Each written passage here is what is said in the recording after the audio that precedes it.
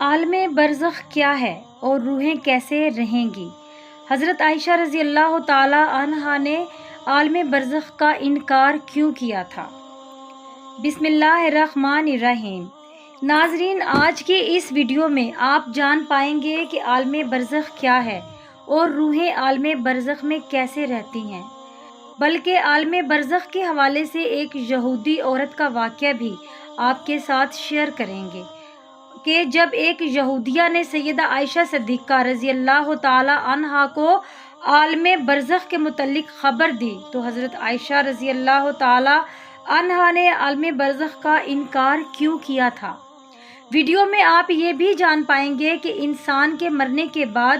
کیا ہوتا ہے، یعنی عالم برزخ کی زندگی کیسی ہے، یہاں پر لوگ کیسے رہتے ہیں، لوگ یہاں پر کیا کھاتے پیتے ہیں، اور ہاں یہ بھی آپ کو بتائیں گے کہ انسان جب مر جاتا ہے تو عالم برزخ میں دنیا کے معاملات کو کیسے یاد رکھتا ہے۔ ناظرین، عالم برزخ سے متعلق روایات میں یوں بیان ہوا ہے کہ عالم کہتے ہیں جہان کو، اور ہمارے یہ 4 جہان ہیں: عالم ارواح، عالم دنیا، عالم برزخ اور عالم آخرت۔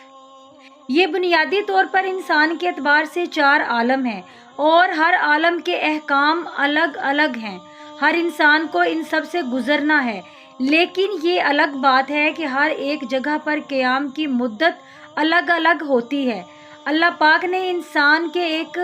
عالم سے دوسرے عالم میں منتقل ہونے کے لیے مختلف اسباب پیدا کیے ہیں، جیسا کہ عالم ارواح سے عالم دنیا میں آنے تک کا سبب والدین ہے، عالم دنیا سے عالم برزخ تک جانے کا سبب موت ہے، عالم برزخ سے عالم آخرت تک جانے کا سبب سور ہے جو حضرت اسرافیل علیہ السلام پھونکیں گے، لیکن آج کا ہمارا موضوع صرف عالم برزخ ہے۔ ناظرین، برزخ کے لفظی معنی آڑ یا پردہ کے ہیں۔ انسان کی موت سے لے کر قیامت تک اٹھنے کا وقفہ برزخ کہلاتا ہے، یعنی اگر یہ کہا جائے کہ یہ وہ مقامات ہیں کہ جن میں موت کے بعد حشر تک روحیں رہتی ہیں۔ برزخ میں تمام انسانوں اور جنوں کو موت کے بعد رہنا ہے، اور یہ عالم برزخ ہماری دنیا سے بہت بڑا جہان ہے، یعنی برزخی دنیا زندگی سے بہت بڑی دنیا ہے، لیکن وہ بھی ایک دن ختم ہونی ہے۔ اللہ پاک سورۃ مومنون میں فرماتے ہیں، اور ان کے آگے ایک آڑ ہے اس دن تک جس میں یہ اٹھائے جائیں گے۔ ناظرین، عالم برزخ میں پہنچنے کے بعد انسان کا آخرت کا سفر شروع ہو جاتا ہے۔ حضور صلی اللہ علیہ وآلہ وسلم نے اس بارے میں فرمایا، بے شک آخرت کی سب سے پہلی منزل قبر ہے۔ اگر قبر والے نے اس سے نجات حاصل کر لی تو بعد کا معاملہ بھی آسان ہوگا، اور اگر اس نے نجات نہ پا سکا تو بعد کا معاملہ سخت ہوگا، بلکہ زیادہ سخت ہوگا۔ سیدہ عائشہ صدیقہ رضی اللہ تعالی عنہ کو جب یہودیہ نے عذاب قبر کے متعلق خبر دی اور ان سے کہا کہ اللہ تجھے قبر کے عذاب سے بچائے، تو حضرت عائشہ صدیقہ رضی اللہ تعالی عنہ نے مسلمانوں کے لیے عذاب قبر کا انکار کیا، لیکن جب نبی اکرم صلی اللہ علیہ وآلہ وسلم نے حضرت عائشہ صدیقہ رضی اللہ تعالی عنہ کو بتایا کہ قبر کا عذاب اہل اسلام کے لیے بھی ممکن ہے اور گناہوں کی وجہ سے انہیں بھی عذاب ہوگا، تو سیدہ عائشہ صدیقہ رضی اللہ تعالی عنہا نے نبی اکرم صلی اللہ علیہ وآلہ وسلم کے فرمان کو تسلیم کر لیا۔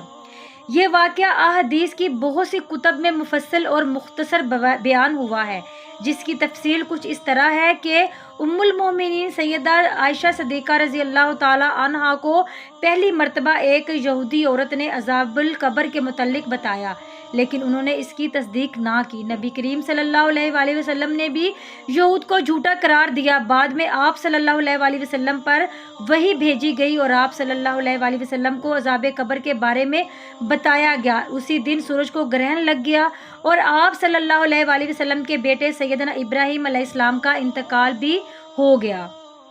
لہٰذا آپ صلی اللہ علیہ وآلہ وسلم نے اس دن سورج گرہن کی نماز صلاۃ الکسوف پڑھائی اور پھر خطبہ دیا، اور اس خطبے میں صحابہ کرام رضوان اللہ اجمعین کو عذاب القبر کی تفصیلات سے آگاہ کیا۔ پھر نبی کریم صلی اللہ علیہ وآلہ وسلم ہر نماز کے بعد برابر عذاب القبر سے پناہ مانگتے اور صحابہ کرام کو بھی اس سلسلے کی دعا سکھائی اور انہیں حکم دیا کہ وہ بھی ہر نماز کے آخر میں عذاب القبر سے پناہ مانگا کریں۔ بلکہ معراج کا واقعہ نبی کریم صلی اللہ علیہ وآلہ وسلم کی زندگی میں پیش آ چکا تھا، اور معراج میں آپ صلی اللہ علیہ وآلہ وسلم کو نافرمان انسانوں کو عذاب دیے جانے کے کچھ مشاہدات بھی کرائے گئے تھے۔ نبی کریم صلی اللہ علیہ وآلہ وسلم عذاب جہنم اور عذاب قبر دونوں سے پناہ مانگا کرتے تھے، اور اسی طرح آپ صلی اللہ علیہ وآلہ وسلم نے واضح فرما دیا کہ عذاب جہنم اور عذاب قبر دونوں الگ الگ حقیقتیں ہیں۔ بلکہ حضور صلی اللہ علیہ وآلہ وسلم نے فرمایا کہ جب انسان کا انتقال ہو جاتا ہے تو اس پر صبح و شام اس کا ٹھکانہ پیش کیا جاتا ہے، اور اگر وہ اہل جنت میں سے ہے تو جنت والوں کا مقام، اور اگر اہل جہنم میں سے ہے تو جہنم والوں کا مقام اس کو دکھایا جاتا ہے۔ پھر کہا جاتا ہے کہ یہ تیرا ٹھکانہ ہے، یہاں تک کہ اللہ تجھ کو قیامت کے دن اٹھائے گا۔ ناظرین، جب روح عالم برزخ میں پہنچتی ہے تو اس میں بھی دو مقام ہے، ایک کا نام علیین ہے جس میں نیک روحوں کو رکھا جاتا ہے، اور دوسری جگہ کا نام سجین ہے جس میں بدکار یا کافر روحوں کو رکھا جاتا ہے۔ تمام روحیں قیامت کے دن تک یہیں پر رہیں گی، اور پھر قیامت کے دن اپنے حساب کتاب کے بعد اپنے اصل مقام یعنی جنت یا دوزخ میں داخل ہوں گی۔ روایات میں آتا ہے کہ انسان کی وفات کے بعد قبر میں روح کو پھر سے مادی جسم کے ساتھ منسلک کیا جاتا ہے۔ وہاں پر دو فرشتے منکر نکیر سوال و جواب کریں گے۔ اگر تو سوالات کے جوابات صحیح رہے تو پھر آسمان سے آواز آتی ہے، میرے بندے نے سچ کہا، اور اس کے لیے جنتی بچھونا بچھا دو، اسے جنتی لباس پہنا دو، اور اس کے لیے جنت میں دروازہ کھول دو۔ قبر میں ہی جنت کی طرف دروازہ کھول دیا جاتا ہے، وہاں اسے ہوا کے جھونکے اور خوشبو بھی آتی ہے، اور حد نظر اس کی قبر کو کشادہ کر دیا جاتا ہے۔ لیکن اگر سوالات کے جوابات صحیح نہ ہوئے تو پھر اس کے لیے قبر میں ہی جہنم کا بچھونا بچھا دیا جاتا ہے۔ جہنم کی گرمی اسے ہر وقت محسوس کروائی جاتی ہے، اور اس کی قبر اتنی تنگ ہو جاتی ہے کہ پسلیاں آپس میں دھس جاتی ہیں۔ اسی طرح اگر اعمال کے حساب سے نیک روح ہے تو وہ خوبصورت نورانی فرشتے روح کو علیین میں چھوڑ دیتے ہیں، اور اگر اعمال برے ہوں تو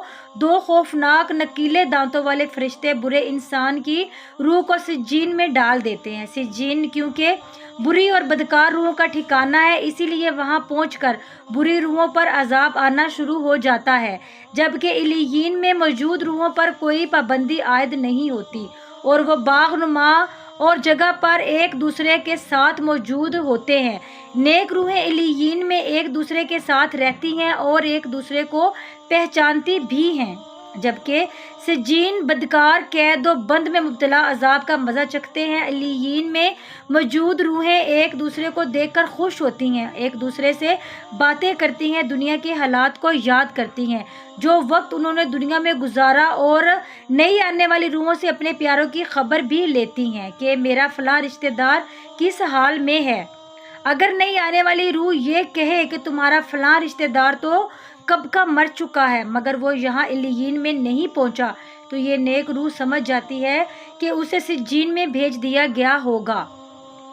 نیک روحیں اپنے رشتہ داروں کا انتظار علیین میں ایسے ہی کرتی ہیں جیسے کوئی گھر سے دور اپنے گھر والوں سے ملنے کا انتظار کرتا ہے۔ اس کے علاوہ علیین میں نیک لوگوں کے علاوہ انبیاء کرام، شہداء اور صدیقین کی روحیں بھی ایک دوسرے کے ساتھ مل کر باتیں کرتی ہیں۔ بلکہ روایات میں آتا ہے کہ نیک روحیں اپنے قریبی رشتہ داروں سے ملاقات کریں گی، جیسا کہ نبی پاک صلی اللہ علیہ وآلہ وسلم نے حضرت فاطمہ رضی اللہ تعالی عنہا سے فرمایا تھا کہ میرے وصال کے بعد سب سے پہلے فاطمہ تم ہی مجھ سے ملو گی، اور بالکل ایسا ہی ہوا، اور آپ صلی اللہ علیہ وآلہ وسلم کے وصال کے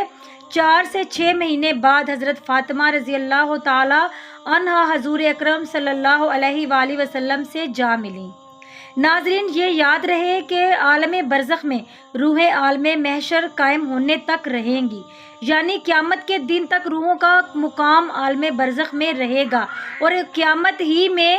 وہ دن ہوگا جب روحوں کو جسموں میں منتقل کر کے اٹھایا جائے گا، پھر کتاب کے بعد جنت یا جہنم میں ڈال دیا جائے گا، اور پھر وہی مستقل ٹھکانہ ہوگا۔ بلکہ ناظرین، حضرت عثمان غنی رضی اللہ تعالی عنہ جب کسی قبر کے پاس کھڑے ہوتے تو اس قدر روتے کہ داڑھی مبارک تر ہو جاتی تھی۔ سوال کیا گیا کہ آپ جنت اور دوزخ کا تذکرہ کر کے تو نہیں روتے اور قبر کو دیکھ کر اس قدر روتے ہیں؟ تو آپ حضرت عثمان رضی اللہ تعالی عنہ نے جواب دیا کہ رسول اللہ صلی اللہ علیہ وآلہ وسلم نے فرمایا ہے، بے شک قبر آخرت کی منزلوں میں سے پہلی منزل ہے،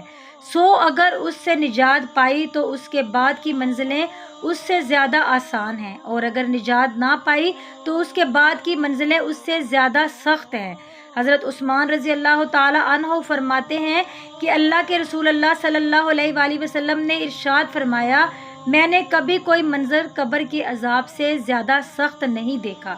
بلکہ حضرت ابن عباس رضی اللہ تعالی عنہ سے مروی ہے کہ حضور اکرم صلی اللہ علیہ وآلہ وسلم مدینہ یا مکہ کے کسی باغ سے گزرتے، اتنے میں دو انسانوں کی آواز سنی جن کو قبر میں عذاب دیا جا رہا تھا۔ نبی کریم صلی اللہ علیہ وآلہ وسلم نے ارشاد فرمایا، ان دونوں کو عذاب ہو رہا ہے اور کسی بڑے کام کی وجہ سے عذاب نہیں ہو رہا، بلکہ ایسی معمولی باتوں پر جن سے بچ سکتے تھے۔ پھر آپ صلی اللہ علیہ وسلم نے فرمایا، ان دونوں میں سے ایک پیشاب کے چھینٹوں سے نہیں بچتا تھا اور دوسرا چغلی کرتا پھرتا تھا۔ پھر آپ صلی اللہ علیہ وسلم نے ایک تر ٹہنی منگوائی، پھر اس کے دو ٹکڑے کیے، پھر ایک ایک ٹکڑا دونوں قبروں پر رکھ دیا۔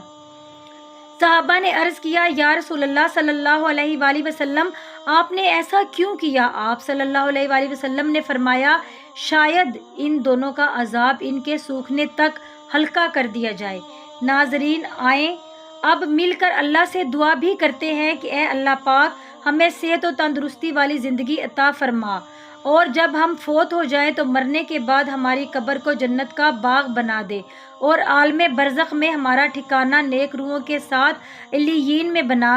دیجیے۔ آمین یا رب العالمین۔